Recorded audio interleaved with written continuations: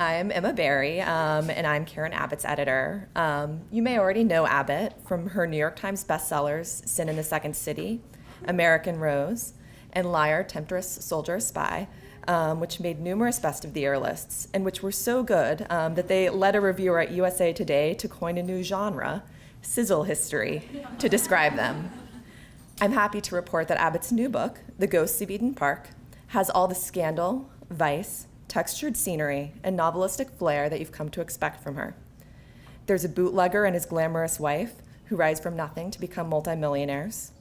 There's America's first female assistant attorney general, a fantastic character named Mabel Walker Willebrandt, determined to bring them down. There's a shocking and ultimately fatal love triangle, and a scandal that reaches the highest reaches of government. So this would be a pretty gripping story in anyone's hands, but under Karen Abbott's direction, it becomes something more than just a twisty true crime thriller. Abbott's deep historical research brings these characters and this historical moment fully to life. As Eric Larson put it, The Ghosts of Eden Park is full of prose so rich and evocative, you feel you're living the story. I think this could be Abbott's biggest book yet, especially with the 100th anniversary of Prohibition coming up this fall. In October, the Volstead Act was passed. I can't wait for you all to read it, and I can't wait for Abbott to tell you about it.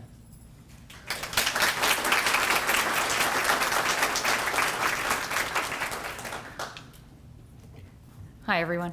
I spent the last 3 years immersed in the 1920s. I might have brought a mimosa in a flask this morning. Anyway, I fully support the mimosa agenda. I thank you all for coming today, and to my amazing fellow writers over here. I'm not a baby, clearly, but this is my first time doing this event, and I'm really thrilled to be here. And I just have to say, the thing I love about librarians is that you guys are always game. Like, you people will do anything for a good time. One of my very first book events was at the Frankfurt Library in Illinois. I don't know if they're Melissa Rice, are you here? The staff did their best to recreate the aura of a 19th century brothel with, with ragtime tinkering in the background and scandalously decorated cupcakes. At the Pueblo Library in Colorado, the librarians were billowing Gone with the Wind gowns and served Civil War era recipes. At the end of the night, after too many mint juleps, someone might have face planted into a cake. Me, yes, I face planted into a cake. And in an unprecedented event, likely never to be repeated, the New York Public Library invited strippers to perform on stage. Do you all know Paul Holdengraber, the legendary host of Live from the NYPL? I thought he might not survive the night. You know, he was sitting there going, "What is she doing with her tassels? We all might be arrested." I can't do his accent, but that's my attempt. And now here you are, game once again, and kind enough to listen to me talk about my new book, The Ghosts of Eden Park, which I really can't wait to share with you. This book is a bit of a departure for me. It's nonfiction structured as a thriller.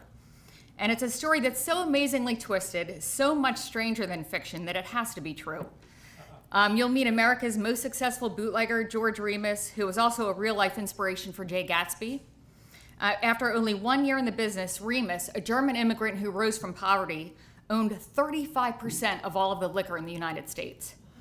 Then his luck turns. His wife falls in love with the same federal agent who put him in jail, sparking a love triangle that could only end in murder and a trial that changed legal history. I wanted to write a book full of intrigue and mystery and a bit of whodunit, and I was helped along in this regard by some of the strangest characters I've ever come across in history. So I'd like to share a few of my favorite bits from my research. Despite his profession, George Remus never drank a drop of alcohol, most likely because his father was a mean and abusive alcoholic, and those were Remus's words. I'll tell you a formative event from his childhood. During a bar fight, Remus's mother bashed his father's head with a bottle, and his father died from the wound. To protect his mother and to keep her from speaking indiscriminately to the coroner, Remus locked his mother in the attic for 3 days until the inquest was over. George Remus never wore underwear. And this, being the 1920s, seemed to be a cause for some concern. Apparently, an aversion to underwear was the sign of a disturbed mind. Remus spoke of himself in the third person. Remus was in the whiskey business, he'd say, and Remus was the biggest man in the business. Cincinnati was the American mecca for good liquor, and America had to come to Remus to get it. Other sayings include, "This will be a hell of a Christmas for Remus. So many people want to kill Remus." And my favorite, "Remus's brain exploded." You'll have to read the book to decide for yourself if his brain actually did explode. There were so many inventive ways of smuggling booze. A double amputee war veteran boasted that he could carry 36 pints in his artificial arm and leg. Women hid pints inside of false rubber breasts. A raid on a seemingly innocent soda parlor in Helena, Montana, uncovered squirt guns with a 2-drink capacity. There were liquor-filled torpedoes landing on Long Island, specialized liquor submarines that raised and lower out of sight, and seagoing tugs with compartments hiding enough liquor for 30 New Year's Eve parties. Remus had a volatile relationship with his second wife, Imogene, who was what the newspapers at the time dubbed a middle-aged flapper, defined as a woman who deposits her husband in the home and goes out in search of culture. In 1920, for a wedding gift, Remus bought her a mansion in Price Hill, the wealthiest neighborhood in Cincinnati, and embarked on renovations to the tune of $12 million in today's money. The mansion's highlight was its Greco room and swimming pool, which was actually heated, if you can imagine. For 1920, it was an incredible luxury at the time. And he christened this pool the Imogene Baths in honor of his wife. At one end stood a variety of Swedish and Turkish baths, a style and pressure for every taste, and even electric baths, which were sort of an early version of a tanning bed. They were heated overhead by incandescent lights, and they were said to make the user frisky. Remus's 1921 New Year's Eve party was legendary and was one of the incidents that reportedly inspired Fitzgerald in his creation of Jay Gatsby. In a gesture emblematic of the times and one that would be remembered with awe decades later, Remus lit guest cigars with $100 bills. For party favors, he tucked $1,000 bills under guest plates and gave a brand new 1922 Pontiac to every woman at the party. Now, I can't write a book without a kick-ass woman character, so let me introduce Mabel Walker Willenbrandt.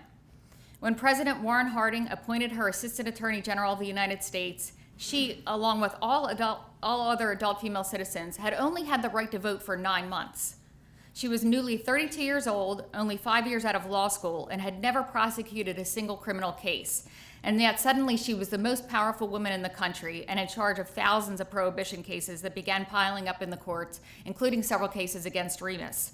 To add to this pressure, she had a serious hearing problem and spent an hour every morning styling her hair to conceal her hearing aids. She was almost inhumanly tough and thick-skinned, qualities that were reinforced by the ice-cold bath she took every morning. Her favorite saying was, "Life has few petted darlings," and she certainly didn't consider herself one of them. Her formative child event, she once bit a pet cat's ear, and in retaliation, her father bit her ear back. Willenbrandt was partly responsible for the salacious love triangle that develops between Remus, his wife Imogene, and Prohibition agent Franklin Dodge. Dodge was the scion of a politically connected Michigan family. He was arrogant, tall, entitled, good-looking, blessed with an abundance of hair. He was basically like your 1920s version of a Dubrow. And Willenbrandt initially considered Dodge her best Prohibition agent, but bootleggers knew that he was willing to accept bribes and exchange favors. While he's in prison, Remus asked Imogene to cultivate Dodge. And Imogene, greedy, perfidious, lustful Imogene, did not have to be asked twice. Just to put things into perspective, in this book, J. Edgar Hoover is one of the good guys. Back to librarians for a moment. I found these anecdotes thanks to the good people at Yale University Law Library and their incredibly seductive overhead scanner. I had never seen a scanner like this. I probably never will again. It was like this gorgeous sunbed that effortlessly copied pages. And fed me knowledge. The joke used to be that you would sit on a scanner. I took about an hour trying to figure out something I could do with an overhead scanner. It was like the sexiest scanner I've ever seen. And who else can I say that to? I mean, who else besides nonfiction authors and librarians would just recognize the sexiness of a scanner? But it was great. I'm going to leave you with a bit about brainstorms and halos, but your idea of these things are likely quite different from what I'm about to tell you. Remus experienced what he called brainstorms and halos, just as he sensed a growing connection between his wife Imogene and Agent Dodge, a connection that threatened to destroy everything he had worked for in the past and planned on for the future.